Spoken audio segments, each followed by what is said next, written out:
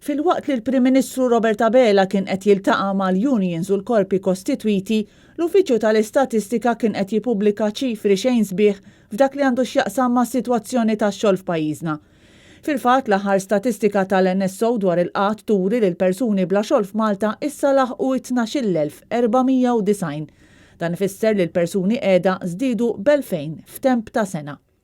Diversi rappreżentanti tal-korpi kostitwiti li kienu preżenti għall-laqgħa tal-MCSD li saret it-tlieta esprimew tħassib dwar il-prospetti f'dak li għandu x'jaqsam max-xogħol u n-negozju. Jikkumenta d-Direttur Ġenerali tal-Assoċjazzjoni ta' min iħaddem Joe Farrugia. Sena ħatkun diffiċli u kollha sfidi. Nittamaw li din il-pandemija nibdew noħorġu minnha biex nerġa' naraw in-negozji iqumu u forsi ma tkunx ħażina daqs is-sena l-oħra.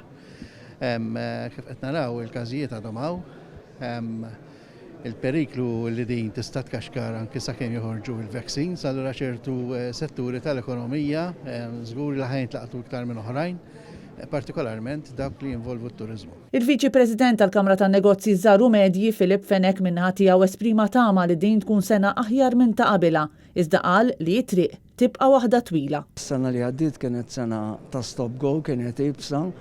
Jiena il-fokas tiegħi huwa ma naħsibx li se jkun xi sajf illi ħajkun b'saħħtu ħafna, imma l-importanza hija li nkunu bdejna sajf li ma jkunx tajjeb ifisser illi xitwa se tkun iktar jibsa.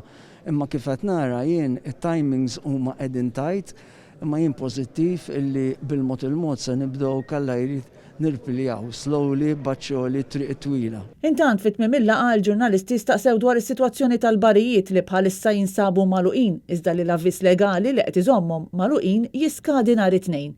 Bil-Prim Ministru jikkonferma li l-bars se jibqgħu magħluqin tul frar għalkemm tax jifhem li f'Marzu se jkunu qed jinfetħu. Frar huwa xahar li fih se jkollna numru ta' restrizzjonijiet, imma mbagħad qegħdin naraw li nħarsu l qudiem u minn Marzu nkunu nistgħu nibdew mixi lura lejn ir-ritorn għan-normalità.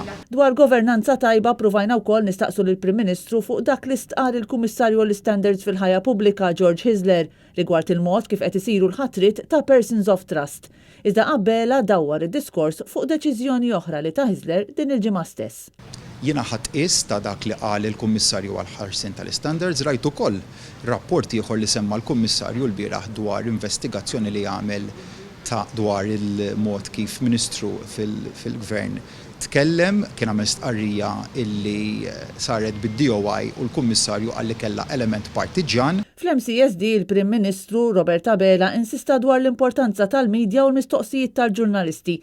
Iżda ma kienx tal-istess fema Edward Cicluna li mitlub iwieġeb għad-domandi dwar iż-żieda li tal il-Gvernatur tal-Bank Ċentrali ftit tax-xhur qabel ma ħal kariga huwa stess, irrifjuta għal kollox li jwieġeb u qalilna biss issa m'għadniex Ministru. Ironikament, minuti biss wara li Cicluna rrifjuta li jweġibna, il-Prim Ministru kellimna dwar l-importanza li l-ġurnalisti iżommu lill-amministrazzjoni kontabbli. Ta' fosthom għal skrutinju mill-medja li nappella lill-ġurnalisti tagħna li jibqgħu jagħmlulna domandi kollha li huma jħossu li huma meħtieġa, aħna bħala politiċi għandna id-dover li nwieġbu għad-domandi kollha li jagħmlulna l-mezzi tax-xandir. Kristina Majra għal Net News.